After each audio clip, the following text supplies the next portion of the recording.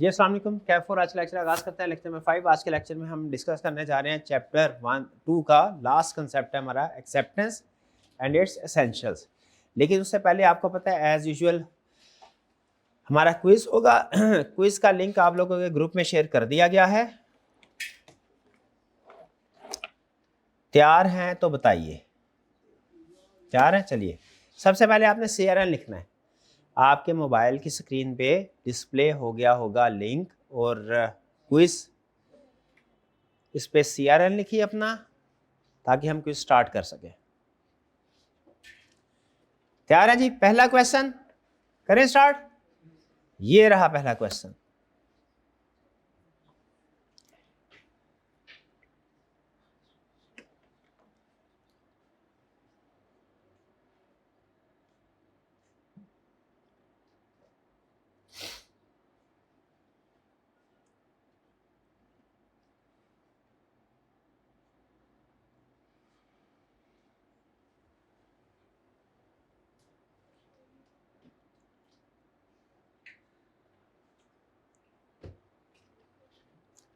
जी कौन सी statement correct है? ए, शाबाश। ये इनविटेशन टू ऑफर थी, ऑफर नहीं थी। Next second question.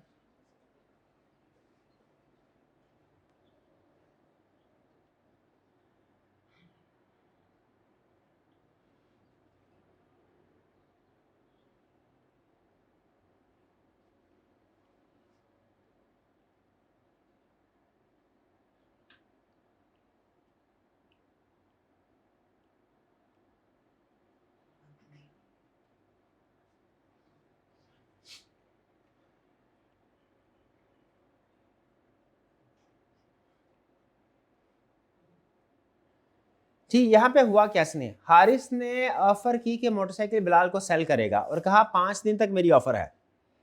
तीसरे दिन हारिस ने रेवोकेशन नोटिस भेज दिया। अगर ऑफर कहे मेरी ऑफर 5 दिन तक है तो उसके बाद तीसरे दिन में अगर वो उसको रिवोक कर दे, वापस ले ले, क्या वापस ले सकता है? इसका जवाब है यस, क्योंकि ऑफर जो है वो किसी भी वक्त, चाहे टाइम मेंशन क्यों ना कर दिया हो, ऑफर किसी भी वक्त कैंसिल की जा सकती है, चाहे टाइम मेंशन क्यों ना किया गया हो। तो जब 5 दिन का टाइम दिया था, तीसरे दिन ऑफर रिवोक कर दी, तो क्या ऑफर कैंसिल हो गई? हारिस ने ऑफर रिवोक कर दी तो ऑफर कैंसिल हो गई। अब ऑफर कैंसिल होने के बाद अगर बिलाल एक्सेप्टेंस पोस्ट करता भी है तो उसकी कोई कानूनी हैसियत नहीं है। तो इसका करेक्ट आंसर क्या है? Offer should revoked when notice reach Bilal before acceptance. Acceptance से पहले पहले अगर नोटिस ऑफ रेवोकेशन भेज दें तो ऑफर रिवोक हो जाती है। इन स्टूडेंट्स का पॉइंट ऑफ व्यू गालबन ये होगा कि ऑफर अगर 5 दिन 10 दिन मेंशन कर दिए जाएं तो स्पेसिफाइड डे से पहले ऑफर रिवोक नहीं हो सकती है। करना क्या पड़ता है लेकिन ऑफर रिवोक करने के लिए? उसे कम्युनिकेट करना पड़ता है, बताना पड़ता है ऑफरी को कि भाई पहले जो 5 दिन की ऑफर दी थी वो ऑफर नहीं है।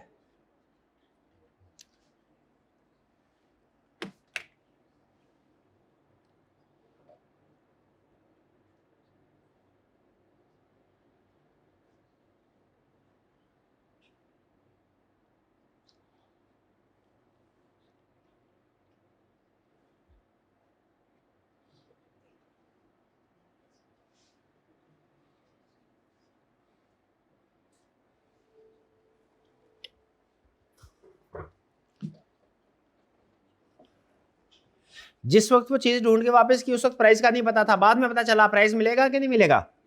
नहीं मिलेगा। शाबाश।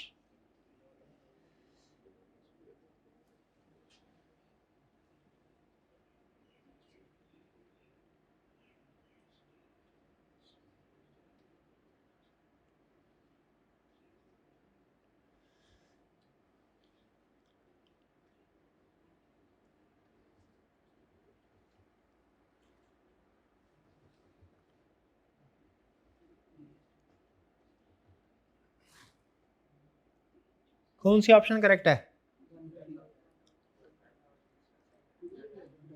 जी बिल्कुल, थर्ड। यानी स्टेटमेंट में से पहली और तीसरी स्टेटमेंट करेक्ट है।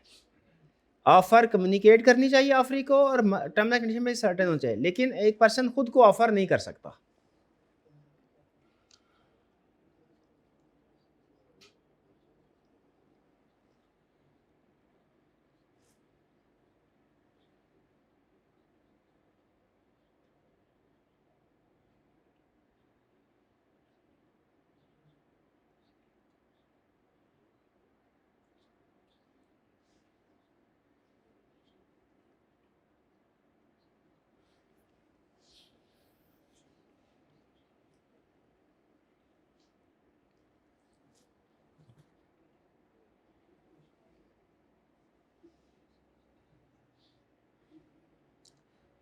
जी रजा ने क्या पूछा कि आपकी बेस्ट प्राइस क्या है और क्या पेमेंट 30 डेज के बाद की जा सकती है।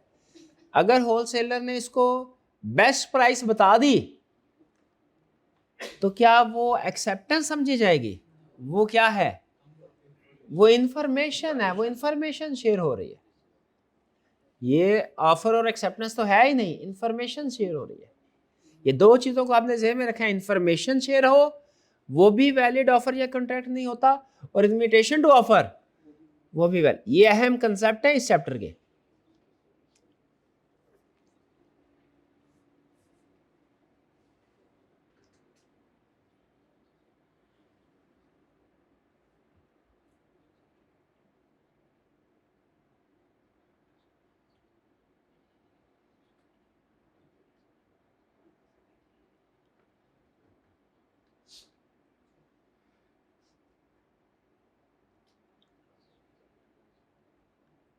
तो 40,000 उसने एग्री कर लिया तो कॉन्ट्रैक्ट हो गया ना, क्यों 40,000 एग्री तो कर लिया है। हाँ उसने चेंज किया। ऑफर क्या थी? 40,000 इमीडिएटली की। अगर वो 40,000 इमीडिएटली पेमेंट के साथ यस करता तो फिर एक्सेप्टेंस होती, लेकिन उसने 40,000 के साथ टाइम पीरियड को चेंज कर लिया। अब ये एक मिनट ऑप्शन आगे पीछे हो जाए, ठीक कर लेते, पहले कंसेप्ट ठीक कर ले अपना। तो क्या ये वैलिड ऑफर होगी? वैलिड एक्सेप्टेंस होगी? नहीं। ठीक है, इमरान सूज क्लेम है Imran accepted the offer because price remain unchanged. नहीं। Imran kept the original offer. नहीं। Imran reply was a request for. नहीं। Imran made a counter offer so the original offer came to an end. D option correct है। नहीं तो D correct है, D correct है, कोई बात नहीं, कभी कभी हो जाता है। ऑनलाइन वाले बेचारे अलग परेशान, वो तो कुछ कह भी नहीं सकते, वो सिर्फ इंतजार कर सकते हैं कि क्या फैसला होता है। ओके, ये भी इनकरेक्ट हो गया, ये भी इनकरेक्ट हो गया, और इसको हमने क्या कर दिया? करेक्ट। ठीक है, आप परेशान हो जाते छोटी छोटी बातों में। अब ठीक है जी, आगे चलते हैं। नहीं वो काउंट हो गया, बेफिक्र है, ऑनलाइन वाले भी बेफिक्र है, काउंट हो गया, वो टिक हो गया, आपके सामने टिक हो गया था ना।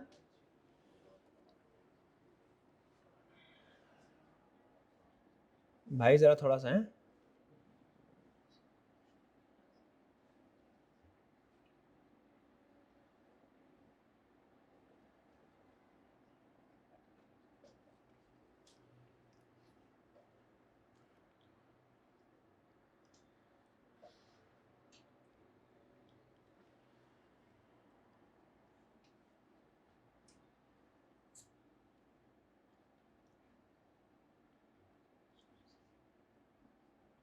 जी जवाद को डेथ का नहीं पता था।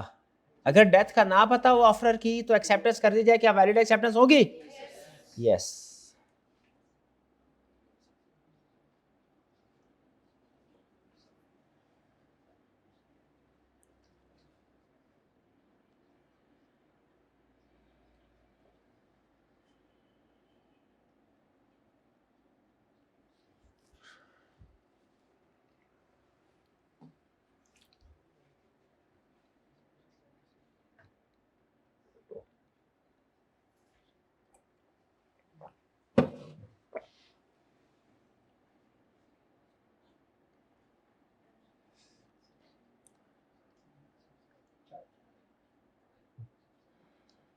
कर अब की बार क्या फर्क है? हाँ अब नॉलेज है, शाबाश। यही इस और प्रीवियस में फर्क।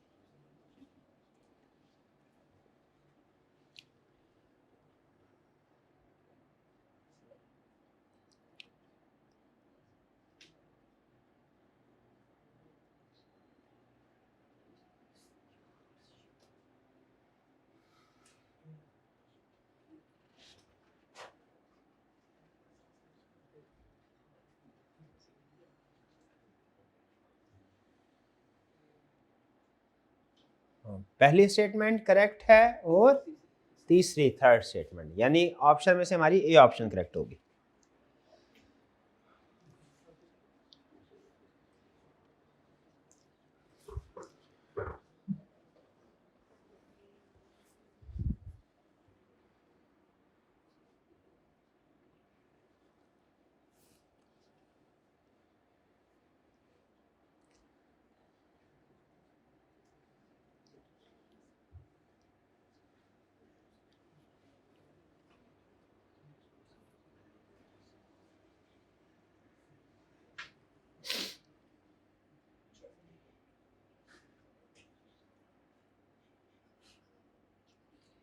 Acceptance must reach by Monday evening.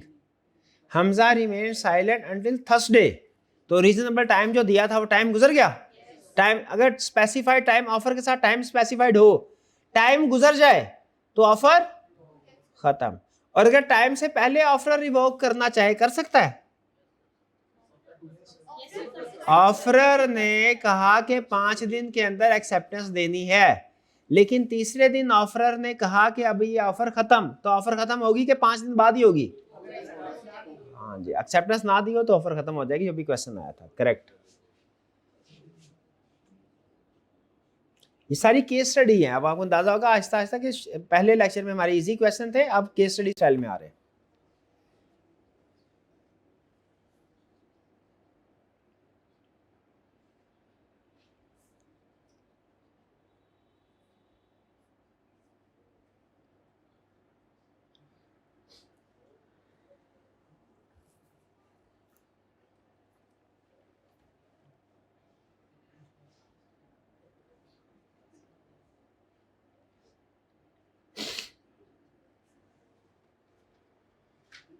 जी, क्या ये काउंटर ऑफर है?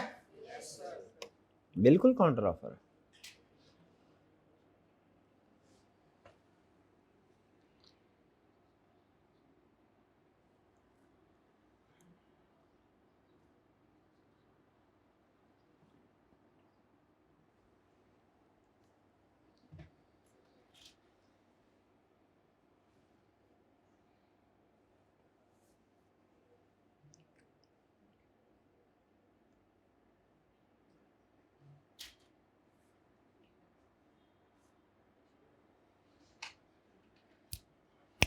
सब्जेक्ट मैटर डिस्ट्रॉय हो गया, बाकी क्या बच गया? कुछ भी नहीं, खत्म, सब सारा खत्म। Last question.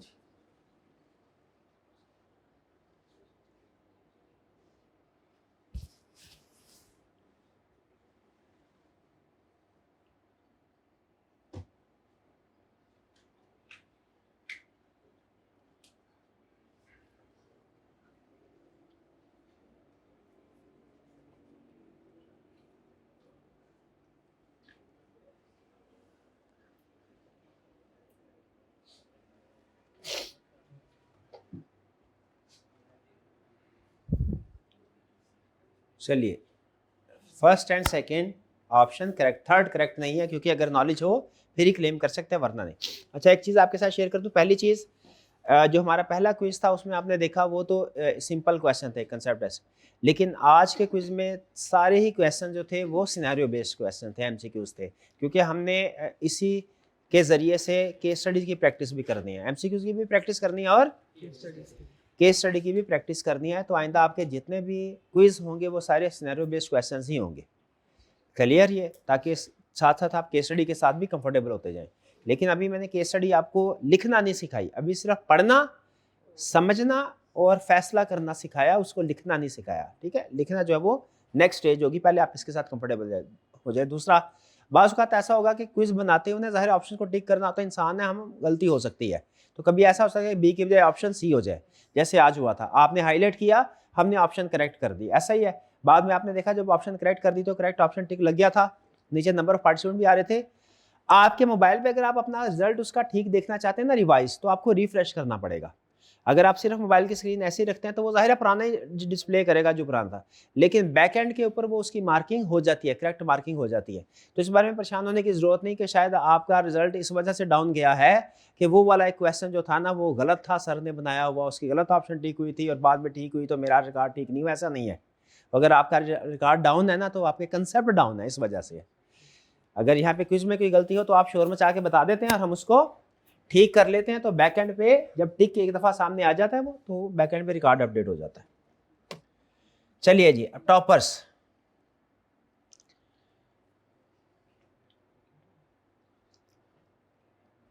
जी शाबाश, सबसे पहले फर्स्ट पोजीशन किन की है?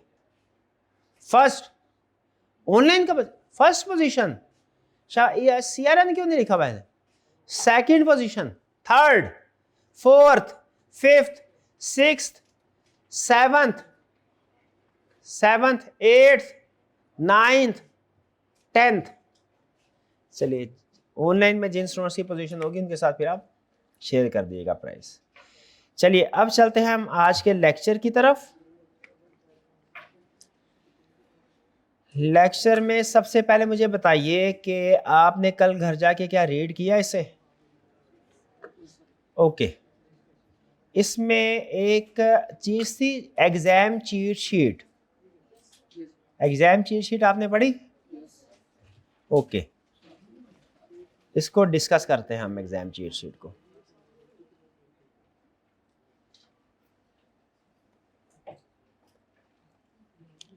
पहले सुन ले एग्जाम चीट शीट है क्या चीज।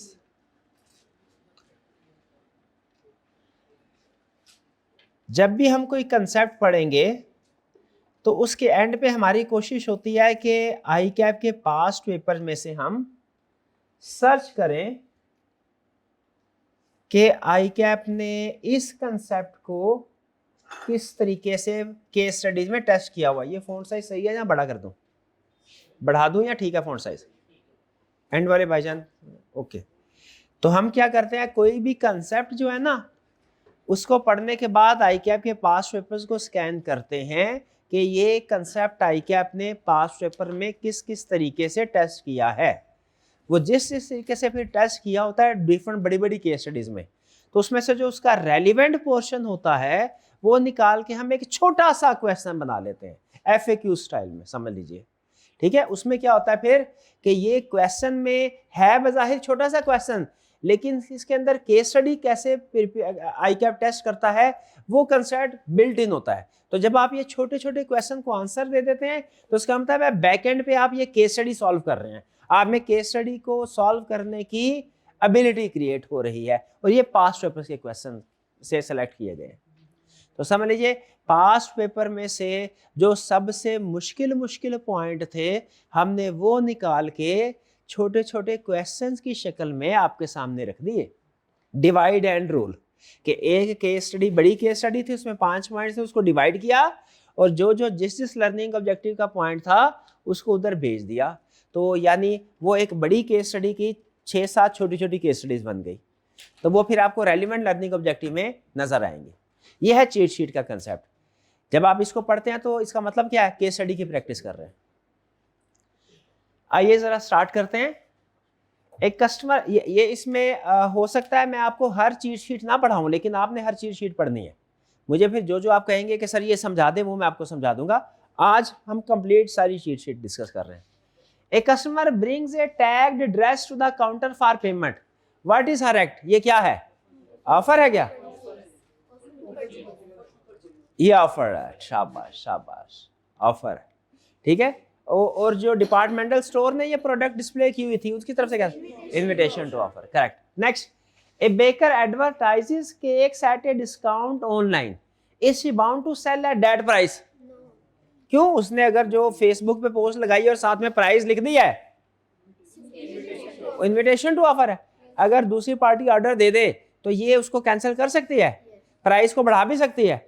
ओके, क्यों भला?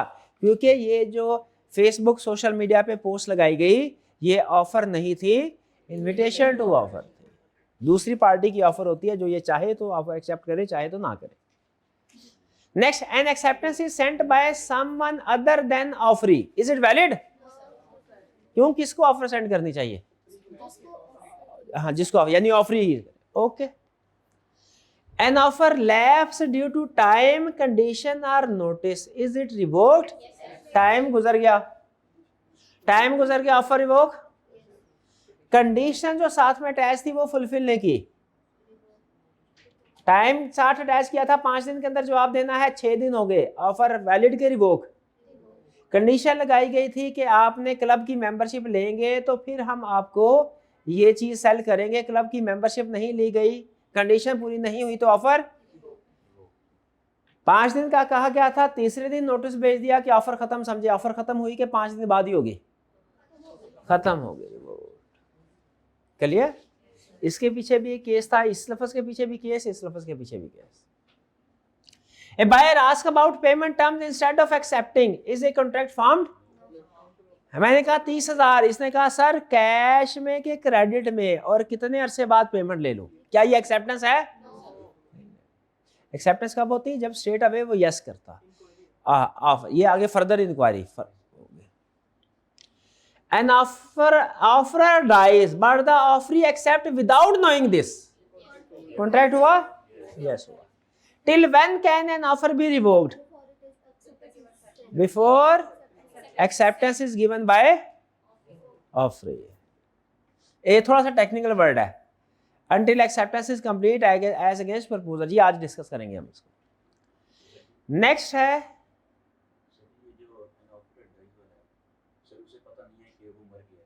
उसने एक्सेप्ट कर लिया आपको, तो सर एक कॉन्ट्रैक्ट के लिए तो दो बंदों का होना लाजमी है ना, तो वो तो मर गया तो फिर ऑफर ने, क्वेश्चन का ये है, ऑफर की गई, ऑफरर की डेथ हो गई, ऑफरी को नहीं पता, उसने एक्सेप्ट कर लिया, नहीं पता तो अगर पता चल जाए तो फिर तो खत्म, अगर नहीं पता एक्सेप्ट कर ली कॉन्ट्रैक्ट हो जाएगा। सवाल इनका यह है कि वो कॉन्ट्रैक्ट किसके साथ होगा? वो तो बंदा मर गया ऑफर, अब तो एक ही बंदा रह गया, तो कॉन्ट्रैक्ट में तो दो पार्टी होना जरूरी है। तो क्या अब किसके साथ कॉन्ट्रैक्ट हुआ भला? जो ऑफरर के लीगल रिप्रेजेंटेटिव है उनके साथ।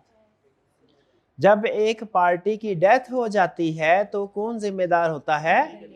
लीगल रिप्रेजेंटेटिव ऑफ ऑफरर, जो भी है उनके लीगल रिप्रेजेंटेटिव।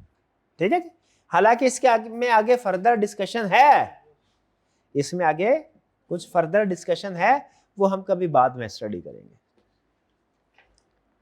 जैसे छोटी सी एग्जांपल है, फर्ज कीजिए मैं आपको पढ़ा रहा हूं, मेरी डेथ हो जाए, कॉन्ट्रैक्ट है, तो क्या लीगल रिप्रेजेंटेटिव ये कॉन्ट्रैक्ट पूरा कर सकते हैं? वो नहीं कर सकते। ठीक है, तो कुछ केसेस में जो पर्सनल नेचर के स्किल्ड बेस्ड कॉन्ट्रैक्ट होते हैं ना, स्किल्ड बेस्ड पर्सनल नेचर के कॉन्ट्रैक्ट, वो वही लोग पूरा करते हैं जिन्होंने वादा किया हो। अगर उनकी डेथ हो जाए तो कॉन्ट्रैक्ट खत्म। लेकिन ऐसे कॉन्ट्रैक्ट जो नॉर्मल कमर्शियल नेचर के होते हैं, जो पर्सनल स्किल बेस्ड नहीं होते, वो क्या है? वो लीगल है। देखिए बात समझ आई? तो मेरे भाईजान ये बताइए, प्यारे भाईजान, अगर हमने कॉन्ट्रैक्ट किया कंसर्ट का राहत अली खान के साथ, आओ राहत अली खान हो गए बीमार, चाहत अली खान आके कॉन्ट्रैक्ट परफॉर्म कर सकते हैं कि नहीं? क्यों नहीं कर सकते? ये पर्सनल स्किल बेस्ड है कॉन्ट्रैक्ट। स्किल बेस्ड में वही पर्सन परफॉर्म कर सकता है, कोई दूसरा परफॉर्म वरना। लेकिन ये सिर्फ पर्सनल नेचर के जो कॉन्ट्रैक्ट्स होते हैं, जो स्किल बेस्ड कॉन्ट्रैक्ट, उन पे रूल लगता है। ज्यादातर जो सेल परचेज के कॉन्ट्रैक्ट होते हैं ना, उनमें किसी पार्टी की डेथ हो जाए तो कॉन्ट्रैक्ट में कोई फर्क नहीं पड़ता, बस इतना फर्क पड़ता है कि अब उस पर्सन के बजाय उसके लीगल रिप्रेजेंटेटिव पूरा करेंगे। ठीक है, वरना पर यह सुनना होता था, पता क्या होता? एक आदमी बैंक से 10 करोड़ रुपए लोन लेता, अपने फैमिली मेंबर को देता और खुदकुशी कर लेता। तो भैया आप क्या लीगल रिप्रेजेंटेटिव कोई देने के पाबंद होते? नहीं, लेकिन हैं, होने चाहिए हैं। वो इसी वजह से है। ठीक है, तो डेथ से आप जिम्मेदारी से भाग नहीं सकते, आपके लीगल रिप्रेजेंटेटिव को पूरी करनी पड़ेगी। बस छोड़ दीजिए इसको, आगे नहीं, आगे फर्दर डिस्कशन है बिल्कुल, और इस सवाल का जवाब भी है। लेकिन अभी वापस आ जाए, अभी किधर है हम? Offerer learns of offerer's death before accepting, can hears refuse? Hears किसके? जिसकी डेथ हुई। ऑफरी को पता चल गया था ऑफरर की डेथ हो गई, उसके बावजूद ऑफरी ने एक्सेप्ट कर लिया, क्या लीगल रिप्रेजेंटेटिव लायबल हैं? वो क्या बोलेंगे? वो कहेंगे जब आपको पता चल गया था डेथ हो गई है तो फिर एक्सेप्टेंस नहीं होती, फिर ऑफर खत्म हो गई थी। ठीक है, offeree proposes new terms, what happens to original offer खत्म, the end. Offeree fails to meet acceptance condition, is offer valid? नहीं, एक्सेप्टेंस कंडीशन अगर नहीं आपने पूरी की तो offer revoked before acceptance but with in validity period, is contract formed? ये वही 5 दिन वाला क्वेश्चन है। 5 दिन के लिए ऑफर वैलिड रखी थी, उससे पहले तीसरे दिन ऑफर रिवोक कर लिया, कॉन्ट्रैक्ट बना? नहीं बना। ऑफर देते हुए कहा जाए ये 10 दिन के लिए ऑफर होगी, क्या 7वें दिन ऑफर कैंसिल की जा सकती है? Yes. Revocation reaches after acceptance is posted, acceptance post करने के बाद रेवोकेशन आई। ऑफरी ने एक्सेप्टेंस लेटर सेंड कर दिया था, उसके बाद रेवोकेशन लेटर, ऑफर का रेवोकेशन लेटर मिला। एक्सेप्टेंस के बाद अगर ऑफर का रेवोकेशन लेटर मिले, ऑफर रिवोक हो सकती है। एक्सेप्टेंस सेंड करने के बाद इनफोर्सेबल हो गया। एक्सेप्टेंस सेंड करने के बाद अब ऑफर रिवोक नहीं हो सकती। Next, a reward is announced and a person knowingly performs the act when is contract form, when act is completed, जब वो चीज ढूंढ ली जो गुम हुई थी। जब ढूंढने निकले तब नहीं कॉन्ट्रैक्ट हुआ। उसने कहा घोड़ा गुम हो गया है, ढूंढने के लिए निकले तब कॉन्ट्रैक्ट परफॉर्म नहीं हुआ, जब ढूंढ लिया तब हुआ, तब इनाम मिलेगा। A person performs the act without knowing about reward. Can he claim? A jeweler writes that a necklace is available at a favorable price. Is this an offer? क्यों, किस लफ्ज़ की वजह से? फेवरेबल की वजह से। फेवरेबल लफ्ज़ की वजह से क्या फर्क पड़ा? Terms and condition certain and definite नहीं रही। When can offer no longer be revoked? After acceptance is sent. A firm promises a reward if a racer wins a championship. Is it wagering? अगर ये कहा जाए कि भैया जिसने भी रेस जीती उसको इनाम मिलेगा, ये जुआ है? नहीं। दो एग्जाम्पल दे रहा हूं, आपने बताना है कौन सी जुआ है। पहली एग्जाम्पल, पाकिस्तान इंडिया का मैच हो रहा है और मैंने शर्त लगाई पाकिस्तान जीत गया तो मैं तुम्हें 10 लाख रुपए दूंगा, ये जुआ? ओके। पाकिस्तान इंडिया का मैच हो रहा है और कहा गया जो टीम जीतेगी उसे 10 लाख रुपया मिलेगा, ये रिवार्ड, क्योंकि ये परफॉर्मेंस बेसमेंट का रियल इंटरेस्ट है, ये इनाम मिल रहा है जीतने वाले को। जो इनको बोलते हैं इंटरेस्टेड पार्टी, ये पार्टी कॉन्ट्रैक्ट की इंटरेस्टेड पार्टी है। मैं तो बाहर बैठा हूं, मैं अगर जीतने हारने पे पैसे लगाता हूं और ये जुआ होगा। लेकिन अगर दो लोगों के दरमियान में कंपटीशन होता है और उनमें से कोई जीता है तो वो क्या है? वो जुआ नहीं है। अब आपने ये नहीं, अब आपने ये नहीं पूछना कि सर मैंने अपने रूममेट के साथ रात को लूडो खेली, उसमें हमने ये तय किया कि जो जीतेगा वो आइसक्रीम दूसरा बंदा उसे खिलाएगा। अब मैं जीत गया हूं और मुझे आइसक्रीम नहीं खिला रहा, तो क्या मैं कानूनी कार्रवाई कर सकता हूं? आपने ये नहीं, हाँ ये सोशल एग्रीमेंट। शाबाश, चलिए नहीं बस आगे चलते हैं क्योंकि ये टॉपिक आगे आना है, चलिए ये अब आपको चीट शीट समझ लगी क्या होती है? ओके चल, प्रीवियस लेक्चर में से कोई क्वेश्चन पूछना चाहते हो तो भैया बिल्कुल पूछिए, जरूर पूछिए। जी भाई पूछे। कंटिंजेंट कॉन्ट्रैक्ट अभी फ्यूचर में पढ़ना है हमने, चैप्टर 5 है हमारा, ये अभी नहीं।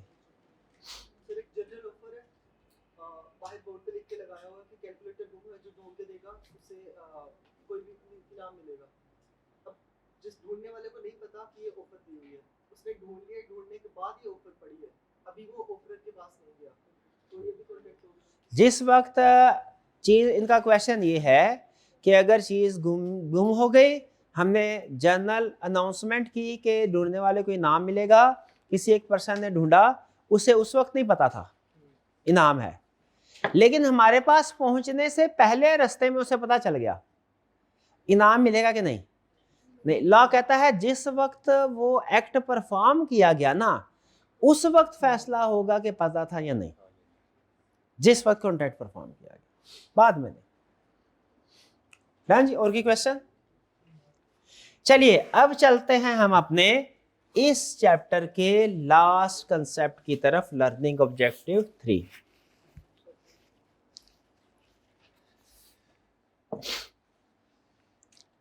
Acceptance and it's essentials. कल क्या पढ़ा था? Offer and essentials. तो अगर आपको याद होगा तो मैंने आपको एसेंशियल्स के बारे में बताया था कि एसेंशियल्स क्या होते हैं, वो चीजें जो सारी की सारी होना जरूरी है। अगर एक भी वायलेट हो रही हुई, क्या हुई, वायलेट हो रही हुई, तो फिर वो वैलिड नहीं रहे। उस चीज की, जिस चीज के भी एसेंशियल थे उसकी फिर कोई कानूनी हैसियत नहीं रहेगी। कब? एसेंशियल्स पूरे ना, जब एक भी एसेंशियल वायलेट हो रहा हो। थोड़ा सा फर्क है आपके अल्फाज में और मेरे अल्फाज में। मेरे अल्फाज पे आ जाए। कब? जब एक भी एसेंशियल वायलेट हो रहा हो, जब एक भी एसेंशियल वायलेट हो तो वो वैलिड नहीं रहे। जैसे ऑफर के एसेंशियल से एक भी एसेंशियल वायलेट हो रहा हो, क्या ऑफर वैलिड होगी? नहीं होगी। एक्सेप्टेंस के एसेंशियल्स हैं, एक भी एसेंशियल वायलेट हो रहा हो तो क्या एक्सेप्टेंस वैलिड होगी? नहीं होगी। तो आइए आज के लेक्चर में हमने क्या पढ़ना है, एक्सेप्टेंस क्या होती है, इसके एसेंशियल्स क्या हैं, और क्या एक्सेप्टेंस को भी रिवोक किया जा सकता है। स्टडी करते हैं। भाई एक्सेप्टेंस क्या है? एक्सेप्टेंस का मतलब है ऑफरी ने ऑफर को एक्सेप्ट कर लिया, अपनी असेंट दे दी, रजामंदी शो कर दी, ये है एक्सेप्टेंस। अगर ऑफरी ऑफर सुनने के बाद नो कर दे, इसे क्या बोलते हैं? रिजेक्शन। अगर ऑफर करने के बाद ऑफरर ही वापस ले ले, इसे क्या बोलते हैं? रेवोकेशन। ऑफर की और ऑफरर ने ही ऑफर वापस ले ली, रेवोकेशन। ऑफर की और ऑफरी ने ना कर दी, रिजेक्शन। ऑफर की और ऑफरी ने हाँ कर दी, एक्सेप्टेंस। पता चल गया क्या है? ओके। एक्सेप्टेंस दो तरीकों से दी जा सकती है, ये वैसे एडिशनल कंसेप्ट बता रहा हूं। एक एक्सप्रेस, हाँ कर दिया जाए, क्लियरली बता दिया जाए यस, और दूसरा इम्प्लाइड एक्सेप्ट। इम्प्लाइड एक्सेप्टेंस क्या है? वैसे तो खामोश रहा जाए लेकिन अपने कंडक्ट से, अपने बिहेवियर से यस शो करवा दिया जाए। ठीक है? हाँ, जैसे पैसे रखे गए, हमने वैसे तो नहीं कहा कि हमें ये डील मंजूर है, लेकिन पैसे उठा लिए, अपने जेब में रख लिए। ये क्या है? मुंह से नहीं कहा हमें ये ऑफर मंजूर है, बल्कि क्या किया? पैसे उठा के जेब में रख लिए। है साइलेंट, पैसे उठा के जेब में रख लिए। एक्सेप्टेंस है कि नहीं? है, इम्प्लॉयड एक्सेप्टेंस। ठीक है? वो जो था, रेलवे स्टेशन पे गए, रेलवे स्टेशन से उतरे, कुली ने आगे बढ़ के हमारा सामान उठाया और कार तक पहुंचाया। हम साइलेंट रहे, हमने नहीं उसे कहा कि आओ हमारा सामान उठाओ, हम साइलेंट रहे, लेकिन हमने पॉजिटिव रह के उसको अपना काम करने दिया, फायदा पूरा पूरा उठा लिया। बताइए एक्सेप्टेंस है कि नहीं? क्यों? हमने तो कुछ भी नहीं बोला। हाँ, इम्प्लॉयड एक्सेप्टेंस है। बाय कंडक्ट तो आपने उसे वो काम करने दिया, मना कर सकते थे। ये क्या है? तो एक्सेप्टेंस समझ आ गई? एक्सेप्टेंस एक्सप्रेस भी हो सकती है, इम्प्लॉयड भी हो सकती है। नॉर्मल हमारा रूल है कि साइलेंस इज नॉट एक्सेप्टेंस, लेकिन साइलेंट रहते रहते अगर आप अपने कंडक्ट के जरिए से कोई पॉजिटिव मैसेज दे दे दूसरे बंदे को, तो ये क्या होगा? एक्सेप्टेंस। एक्सेप्टेंस। ठीक है जी? चलिए, ओके। वो क्या, वो स्टूडेंट कहने लगा, वो बताया था ना आपको, वो सर वो शादी हो रही है, पूछना कबूल है? कबूल है। अगर वो साइलेंट रहे पार्टी तो क्या एग्रीमेंट हो जाएगा? अगर वो बिल्कुल साइलेंट रहे तो एग्रीमेंट नहीं होगा, क्योंकि साइलेंस इज नॉट एक्सेप्टेंस। लेकिन अगर वो साइलेंट रहते हुए सर हिला दे ऐसे, इम्प्लॉयड एक्सेप्टेंस। या साइलेंट रहते रहते वो जो क्या होता है, हक महर, वो पैसे पड़े हुए थे थाने, साइलेंट रहते रहते, तो लीगली बताइए कॉन्ट्रैक्ट होगा कि नहीं होगा? हो गया। क्यों? है तो साइलेंट। बैक तो इम्प्लाइड का कंसेप्ट समझ आया? लॉ में इम्प्लाइड के कंसेप्ट से क्या मतलब होता है कि आपने जुबान से, अल्फाज से कुछ नहीं कहा, लेकिन अपनी हरकत व सकनात से जब रजामंदी जाहिर कर दी तो ला कहता है वो भी वैलिड समझी जाएगी, उसकी भी कानूनी हैसियत है। बात समझ रहे? चलिए आगे चलते हैं। एक्सेप्टेंस समझ आ गई तो essentials of acceptance, next concept क्या है? तो आइए, एसेंशियल का मतलब क्या होता है? वो चीजें जो सारी की सारी होना जरूरी है। एक चीज भी वायलेट हो रही हुई तो एक्सेप्टेंस वैलिड नहीं है। ऑफर पढ़ रहे होंगे तो ऑफर वैलिड नहीं है, कंसीडरेशन पढ़ रहे होंगे कंसीडरेशन वैलिड नहीं है, फ्रॉड पढ़ रहे होंगे वो वैलिड नहीं है, मिस रिप्रेजेंटेशन पढ़ेंगे वो वैलिड नहीं है, पार्टनरशिप पढ़ेंगे वो वैलिड नहीं है, कुछ भी पढ़े होंगे। अगर एसेंशियल्स लॉ ने बता दिए एक भी वायलेट हुआ तो फिर उसकी कानूनी हैसियत जीरो। आइए जरा पढ़ते हैं। इसमें से ज्यादातर कंसेप्ट आपको पढ़े पढ़े लगेंगे क्योंकि ऑफर और एक्सेप्टेंस ना इंटर रिलेटेड है। पहला, अवेयरनेस ऑफ ऑफर। एक्सेप्टेंस के लिए जरूरी है आपको ऑफर का पता हो। अगर आपको ऑफर का पता नहीं है तो एक्सेप्टेंस भी नहीं दे। यही वजह है, ये कल वाला ही कंसेप्ट है, कल ऑफर के पॉइंट ऑफ व्यू से था, आज एक्सेप्टेंस के पॉइंट ऑफ व्यू से है कि अगर हमें एक प्राइस की ऑफर का नहीं पता, प्राइस ऑफर किया गया है हमें नहीं पता, तो क्या हम उसको एक्सेप्ट कर सकते हैं? प्राइस को नहीं कर सकते। तो इसका मतलब क्या, एक्सेप्टेंस के लिए जरूरी है कि नॉलेज होना चाहिए। अगर अननोन एक्ट है, नॉलेज नहीं है, तो क्या एक्सेप्टेंस हो सकती है? नहीं। ये कल वाला पॉइंट है कि एक्सेप्टेंस के लिए जरूरी है आपको ऑफर का पता हो। पहला पॉइंट क्लियर जी? आगे चलते हैं। दूसरा, एक्सेप्टेंस एब्सोल्यूट एंड अनकंडीशनल होनी चाहिए। देखें, ऑफर कंडीशनल हो सकती है, ऑफर के साथ शर्त लगा सकते हैं, लेकिन एक्सेप्टेंस आपको एज इट इज यस करनी है। एक्सेप्टेंस करते हुए आपने जरा सा छेड़छाड़ किया ऑफर के साथ, जरा उसको दाएं बाएं किया, वो फिर एक्सेप्टेंस नहीं रहती, क्या बन जाती है? Counter offer. ऑफर के साथ कंडीशन अटैच कर सकते हैं, एक्सेप्टेंस के साथ नहीं कर सकते। अगर एक्सेप्टेंस के साथ कंडीशन अटैच करेंगे कि भैया पेमेंट अभी नहीं बाद में दूंगा, थोड़ी अभी थोड़ी बाद में दूंगा पेमेंट, तो फिर ये एक्सेप्टेंस वैलिड एक्सेप्टेंस नहीं होती। वैलिड एक्सेप्टेंस कौन सी है? जो अनकंडीशनल एब्सोल्यूट हो। एब्सोल्यूट और अनकंडीशनल का मतलब है दो हरफी बात, या यस या नो, दरमियान में कोई साथ बात नहीं। तो ऑफर तो कंडीशनल हो सकती है, मतलब ऑफर के साथ तो कंडीशन अटैच कर सकते हैं। एक्सेप्टेंस कंडीशनल नहीं हो सकती, मतलब एक्सेप्टेंस के साथ condition attach straight away yes या स्ट्रेट अवे नो। अगर थोड़ी सी भी वेरिएशन करते हैं तो वो क्या समझा जाएगा? Counter offer. काउंटर ऑफर आपको पता है क्या करती है भला? हाँ, काउंटर ऑफर कैंसिल कर देती है ओरिजिनल ऑफर को। हाँ, खुद ऑफर बन जाती है। फिर काउंटर ऑफर क्या करती है? ओरिजिनल ऑफर को कैंसिल कर देती है, खुद ऑफर बन जाती है। लेकिन काउंटर ऑफर एक्सेप्टेंस नहीं है, ये ज़हन में रखना है। डन जी? ये भी कल पढ़ा था। अभी तक के तो तीनों पॉइंट ऐसे हैं जो कल पढ़े। अब ये सुन ले, विद इन टाइम, ये भी कल पढ़ा। क्या विद इन टाइम का मतलब क्या है? जो टाइम स्पेसिफाई किया उसके अंदर अंदर एक्सेप्टेंस देनी है। टाइम गुजर गया था, और अगर टाइम मेंशन नहीं है तो फिर acceptance. Reasonable time, reasonable time. ठीक है जी। ये भाईजान ने गांव से आते हुए कहा मेरा इंतजार करना, मैं यूं गया और सीए करके यूं आया, फिर वालिद साहब से बात करूंगा। ठीक है। ये भाईजान गए और 30 साल के बाद वापस आए, क्या वो मैंने सीए कर लिया है? उधर जाके देखा, उधर हालात ही बदले हुए थे। हालात बदलने चाहिए थे कि नहीं? क्या वो जो 30 साल पुराना एग्रीमेंट है वो वैलिड है? क्या दूसरी पार्टी को 30 साल इंतजार करना चाहिए था? नहीं। क्यों नहीं? क्यों नहीं? क्योंकि रीजनेबल टाइम गुजर चुका है। रीजनेबल टाइम गुजर चुका है। भाई बात समझ आई आपको? लेकिन ये रीजनेबल टाइम क्या है? केस टू केस वेरी करता है, वेरी करता है।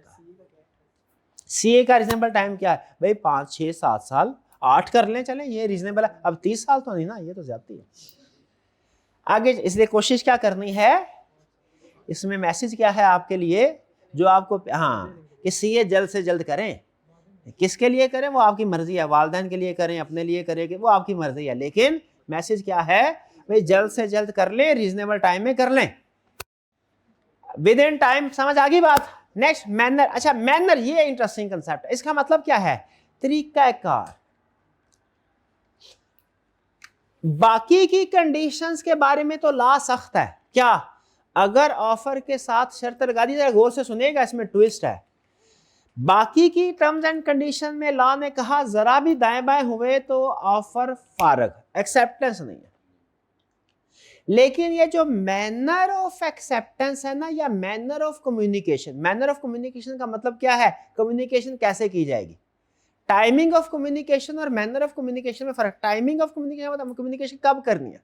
जैसे मैंने कहता भाईजान 5 दिन, अगर आपको मैं अपना मोबाइल आपको 10,000 में बेचने को तैयार हूं, अगर आपको ये ऑफर मंजूर है तो 5 दिन के अंदर अंदर ईमेल के जरिए से मुझे अपनी एक्सेप्टेंस भेजें।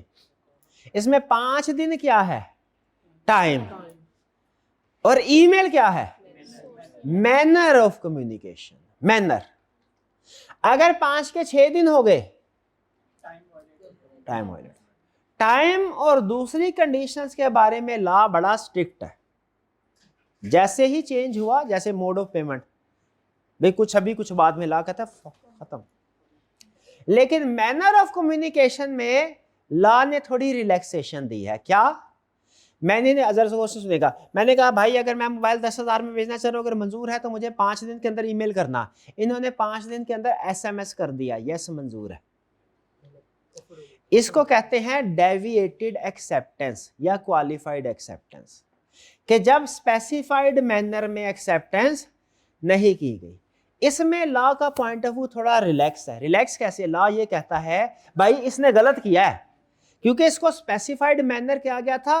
ऑफर जो है ना, उसको अगर आपने एक्सेप्ट करना है तो स्पेसिफाइड मैनर में एक्सेप्ट करना चाहिए, स्पेसिफाइड टाइम में करना चाहिए, स्पेसिफाइड मैनर में करना। लेकिन अगर टाइम आगे भी किया खत्म, लेकिन अगर मैनर दाएं बाएं किया ना, डेविएट किया, तो लॉ कहता है कि अब ये मेरे पे डिपेंड करता है। अब ये बाय डिफॉल्ट ऑफर खत्म नहीं हुई। मैंने कहा था ईमेल भेजना, इन्होंने क्या भेजा? SMS। ठीक है, क्या कॉन्ट्रैक्ट हो गया? लॉ ये कहता है अब ये मेरे पे डिपेंड करता है, मुझे SMS वारा खाता है कि नहीं, मतलब मुझे मंजूर है कि नहीं, मेरे लिए SMS एक्सेप्टेबल है कि नहीं। अगर तो मेरे लिए SMS एक्सेप्टेबल है तो ठीक है, अगर एक्सेप्टेबल नहीं है, अगर मेरे लिए SMS एक्सेप्टेबल, मैं कहता हूँ ठीक है ईमेल बोला था तुमने SMS कर दिया, चल कोई बात नहीं, हो गया कॉन्ट्रैक्ट, तो कॉन्ट्रैक्ट हो गया। लेकिन अगर मुझे SMS एक्सेप्टेबल नहीं है तो मैं क्या कहूंगा? मैं उसे कहूंगा ए भाई ईमेल बोला था, ईमेल के जरिए से एक्सेप्टेंस दो, SMS के जरिए से नहीं। ये मैंने उनको बताना जरूरी है, क्योंकि लॉ कहता है, जरा अजीब बात सुनिए जो है केस स्टडी में टेस्ट करेगा। अगर डेविएटेड एक्सेप्टेंस दी गई, क्या यानी स्पेसिफाइड मैनर में नहीं, डिफरेंट मैनर में एक्सेप्टेंस दी गई और ऑफरर ने एतराज नहीं किया, वो वैलिड एक्सेप्टेंस मानी जाएगी। इसलिए अगर तो दूसरी टर्म्स एंड कंडीशन डेविएट हो ना, तो वो वैलिड एक्सेप्टेंस नहीं होती। लेकिन अगर मैनर ऑफ कम्युनिकेशन डिफरेंट हो, तो जब मुझ तक, तो मेरे लिए क्या जरूरी है कि मैं बताऊं कि नहीं सर मुझे ये नहीं एक्सेप्टेबल, स्पेसिफाइड मैनर में एक्सेप्टेंस भेजे। अगर मैं साइलेंट रहता हूं तो क्या होगा? एक्सेप्टेंस हो जाएगी, है ना जी बात। हालांकि उसने डिफरेंट मैनर में मुझे एक्सेप्टेंस भेजी है, लेकिन बात समझ आई? नहीं समझ आई, अभी नहीं समझ आई। नहीं नहीं नहीं ना ना ना ना, ये भाईजान मेरे असिस्टेंट है, ये दूसरे ट्रेडर है। मैंने इनको कहा यार ऐसा कर, उसके पास जाके उससे पूछ, हमारे पास ना 100 लैपटॉप पड़े हुए हैं, 10,000 के हिसाब से लॉट आई पड़ी है, खरीदना है तो फौरन बताओ, और उनसे जवाब लेके आना। ये भाईजान उसके पास गए, कहें सर लॉट आई हुई है। इसने कहा अच्छा ऐसा है, मैं अभी बताता हूँ। उसने कहा नहीं, वो मुझे बॉस ने कहा था कि जवाब लेके आना। उन्होंने कहा नहीं नहीं मैं तो बताता हूँ। मैंने क्या कहा था ऑफर में कि मुझे इसी पर्सन के जरिए जवाब दो। उसने क्या किया, कहा मुझे मैसेज के जरिए से जवाब दे दिया, SMS के, व्हाट्सएप पे मैसेज कर दिया। क्या ये मैनर ऑफ कम्युनिकेशन स्पेसिफाइड है क्या डिफरेंट है? ये डेविएटेड एक्सेप्टेंस होगी। क्या मेरे लिए अब कॉन्ट्रैक्ट बन गया? अब इसमें डिपेंड करता है। अगर तो मैं चाहता हूं कि नहीं, जो मैंने तरीकाकार कहा था उसके मुताबिक एक्सेप्टेंस भेजो, फिर मैं इनको क्या बोलूंगा? मैं कहूंगा सर मैंने कहा था मेरे असिस्टेंट के हाथों जवाब भेजे, आपने एसएमएस किया है, नहीं असिस्टेंट के हाथों ही जवाब भेजे, कॉन्ट्रैक्ट नहीं हुआ। लेकिन अगर मैं मैसेज पढ़ के साइलेंट रहता हूं तो क्या होगा? एक्सेप्टेंस हो गई। यानी लॉ ये कहता है अगर एक्सेप्टेंस डिफरेंट मैनर में हो ना तो हम एज्यूम करेंगे कि दूसरी पार्टी को मंजूर है। क्योंकि मैनर से फर्क नहीं पड़ता भाई, तलाक पहुंचानी थी, मकसद तो पूरा हो गया। वो टेलीफोन किया है, मैसेज किया है, ईमेल किया है, इससे ज्यादा फर्क नहीं पड़ता। लेकिन अगर फर्क पड़ता है तो फिर मुझे एतराज करना होगा। मैं अगर ऑब्जेक्शन करता हूं तो फिर ये मजबूर होगा मुझे दोबारा एक्सेप्टेंस भेजने में। अगर मैं ऑब्जेक्शन नहीं करता तो क्या समझा जाएगा? मुझे मंजूर है। डेविएटेड एक्सेप्टेंस भी थी, डिफरेंट थी, लेकिन मुझे मंजूर है। भाई बात समझ आई? चलिए आगे चलते हैं। नेक्स्ट मैनर समझ आ गया? यह समझ आया ना कि मैनर क्या होना चाहिए? प्रेस्क्राइब्ड। और अगर कोई प्रेस्क्राइब्ड नहीं है तो रीजनेबल। अगर एक्सेप्टेंस प्रेस्क्राइब्ड मैनर में नहीं है, डेविएटेड मैनर में है, तो फिर दो ऑप्शन है। या तो हम एतराज करेंगे कि भैया जो स्पेसिफाई किया था वैसे ही करो एक्सेप्टेंस, और अगर एतराज नहीं करते तो एक्सेप्टेंस समझी जाएगी। बाय ऑफरी ओनली मतलब कौन करेगा एक्सेप्टेंस? ये तो कल भी पढ़ लिया था। आफ्टर ऑफर, ऑफर के बाद एक्सेप्टेंस होनी चाहिए, पहले नहीं होनी चाहिए। ये तो पहले पढ़ लिया यार, कॉमन सेंस की बात है। Rejected offer can not be accepted. एक दफा आपने ऑफर रिजेक्ट कर दी, मैंने भाईजान से कहा क्या 10,000 में मोबाइल खरीदेंगे? इन्होंने कहा नहीं। मैंने कहा अच्छा। फिर थोड़ी देर बाद इन्होंने कहा आए, मुझे मंजूर है। मैंने कहा मुझे मंजूर नहीं है। क्या मैं मोबाइल बेचने का पाबंद हूं? क्यों? मैं जो उन्होंने कहा था तैयार तो हैं, लेकिन हाँ जब इन्होंने रिजेक्ट किया तो वो ऑफर खत्म हो गई।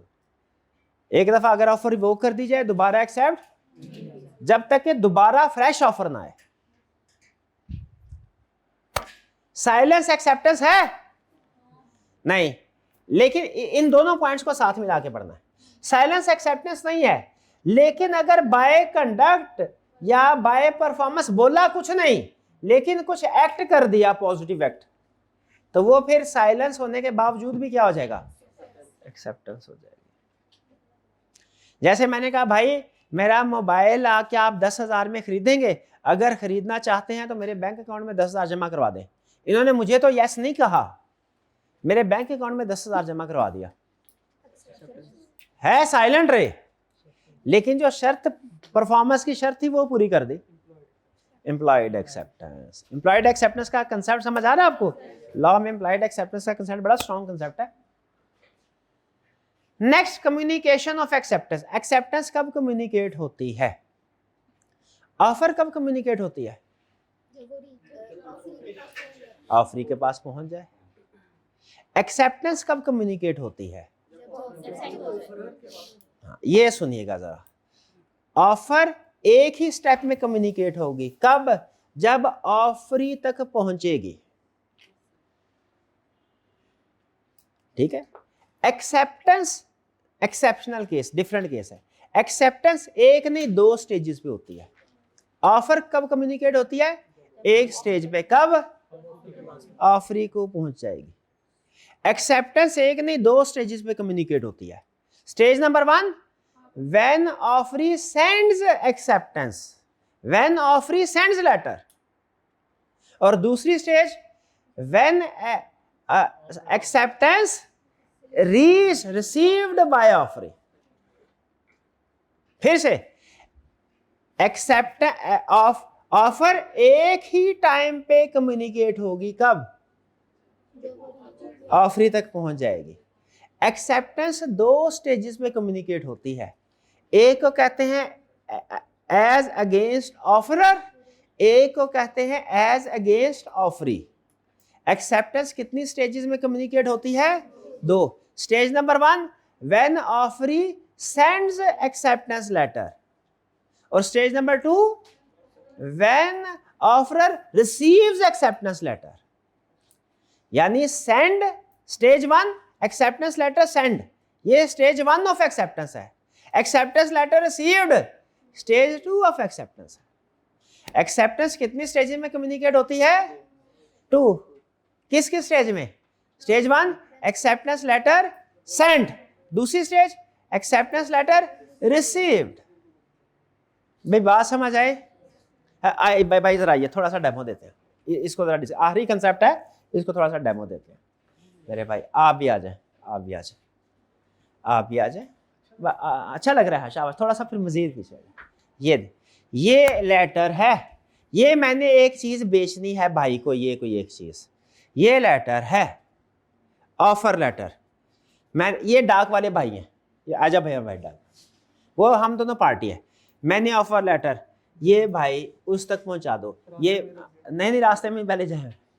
ये ऑफर मैंने 1 तारीख को भेजी, उसको 5 तारीख को पहुंची ऑफर। ऑफर कब कम्युनिकेट हुई? जब मैंने सेंड की कि जब उसे रिसीव हुई। बेहतरीन बेहतरीन, शाबाश, क्लियर हो गया।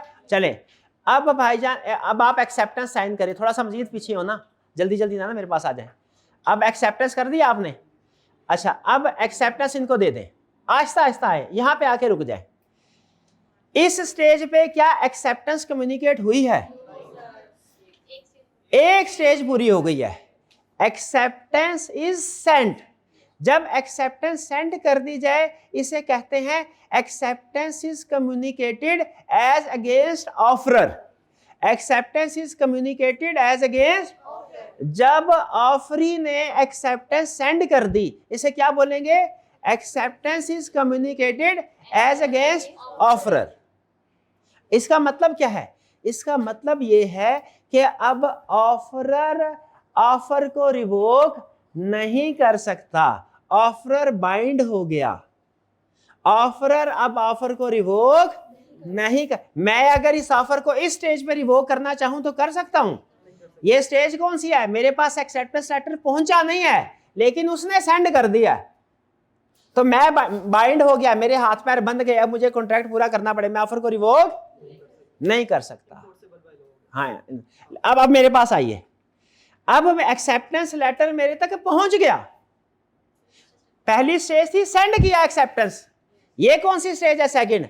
एक्सेप्टेंस पहुंच गई, इसको क्या कहते हैं? Acceptance is completed as against offeree.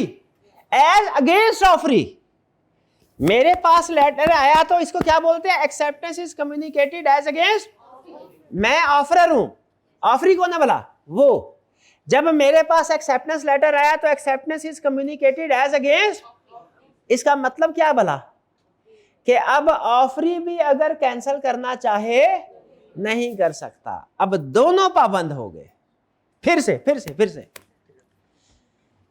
1 minute है, ये ऑफर है, मैं पहले ऑफर कर लूं। ये है ऑफर, भेजिए, जाओ भैया। अब आप पहले सोचना शुरू कर दें, ऑफर को, ऑफर सोचना शुरू कर दें। ये सोच रहे हैं ऑफर कम्युनिकेट हो गई, ये सोच रहे हैं। अब मुझे याद आया मैं तो गलती कर बैठा हूं, मैंने तो चीज बेचनी थी, मैंने फौरन कह दिया फोन उठा भाई, मेरा फोन उठा। हाँ भाई, वो ऑफर जो मैंने भेजी थी वो कैंसिल समझो। ऑफर कैंसिल हुई कि नहीं? हाँ, क्योंकि मैंने रिवोक कर दिया। वो सोच रहा था, उसने भी एक्सेप्टेंस दी नहीं है, वो सोच रहा था।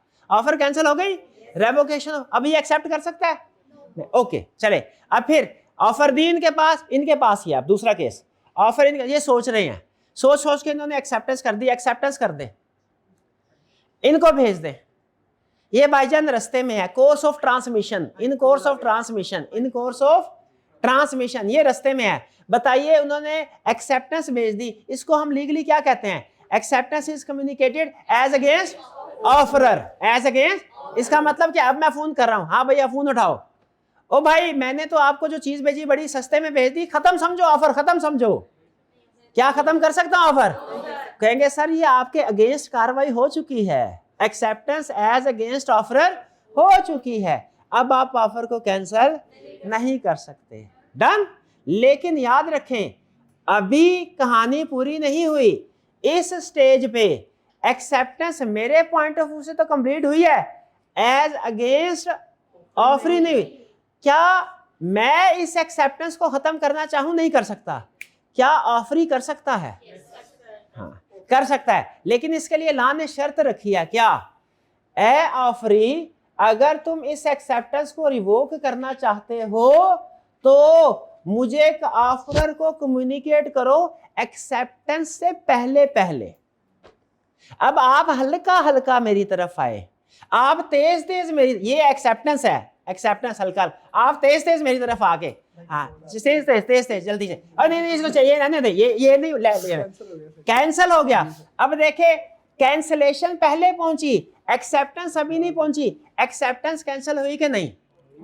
कॉन्ट्रैक्ट पूरा हुआ कि नहीं हुआ? नहीं हुआ। अब वापस जाएं, आप भी वापस जाएं, अब फिर एक्सेप्टेंस भेजें, फिर एक्सेप्टेंस भेजें इसको, यहां पे रुक जाए दरमियान में। अब मुझे बताइए ये कौन सी स्टेज है? Acceptance is communicated as against offeror.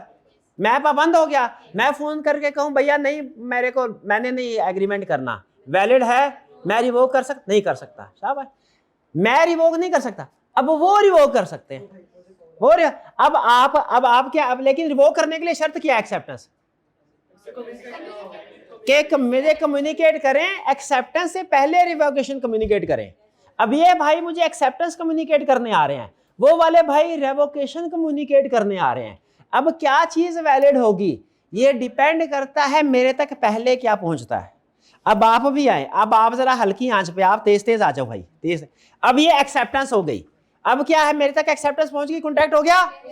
अब इन आके कह रहे हैं सर रेवोकेशन, अब क्या रेवोकेशन होगी? अगर नहीं भाई अब आपने देर कर दी है, पहले मैंने देर की थी, अब आपने देर कर भाई। बात समझ आई?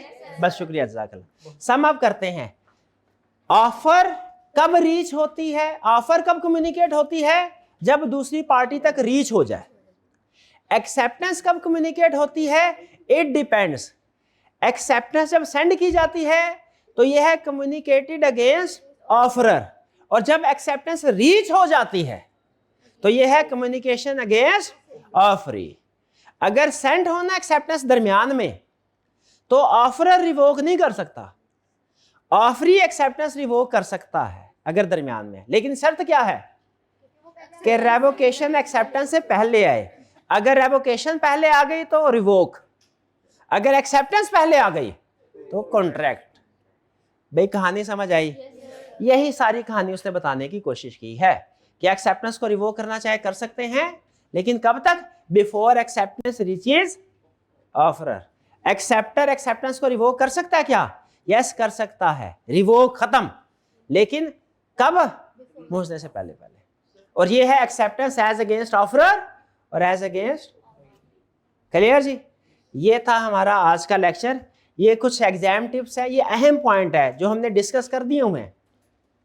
एग्जाम में टेस्ट करता है, याद रखें एग्जाम में सबसे ज्यादा कौन सी चीज टेस्ट करता है? काउंटर ऑफर, फिर कौन सी? साइलेंस, और सबसे अहम ये थर्ड वाला तो सबसे अहम है कि ये जो कम्युनिकेशन का आपको समझाया है ना, ये कंसेप्ट टेस्ट करता है।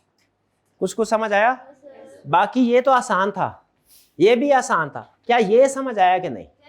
इसको पक्का करना है आपने, ठीक है जी? असाइनमेंट भी कीजिएगा। बाकी नहीं, अभी आप ना पहले क्वेश्चन कर लीजिए। मैं पहले ये कंफर्म करना चाहता हूँ कि आई कैप के कंसेप्ट जो पूछता है वो आपने पक्के कर लिए कि नहीं। जो आपके जहन में आए ना वो बाद में नेक्स्ट क्लास में करेंगे, ठीक है? पहले आई कैप वाले जो समझाया वो समझ आ गया, ये स्टेप नंबर 1। स्टेप नंबर 2 में जाके घर जाके चीट शीट करनी है, केस स्टडी करनी है, वो भी हो गया। फिर आप जितने क्वेश्चन पूछेंगे मैं इंशाल्लाह कोशिश करूंगा जवाब। आज का लेक्चर यहाँ खत्म करते हैं। अल्लाह हाफिज।